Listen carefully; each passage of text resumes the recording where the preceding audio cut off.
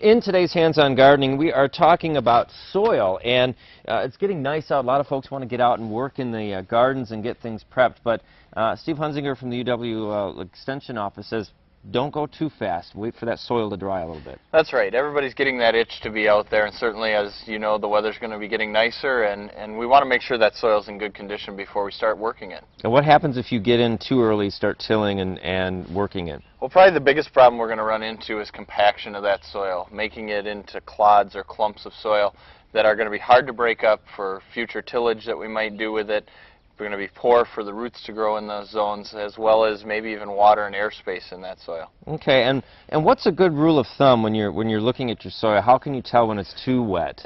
There's an easy test really to do, and we can show you right here.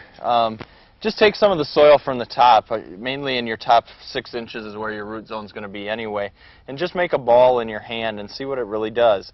In this case, as we've taken this soil, it actually forms a ball shape, so it's probably going to be way too wet at this point to come in here and till, and we're going to get some of that compaction that we talked about. Okay, and is there any good time to till, or is there, or do you just wait on the soil and let the soil tell you? You can keep doing this test, obviously, as the days get warmer, and one thing that'll happen eventually is this will break up and it'll become soft and move through your hands pretty nicely, and that's a good time to get started.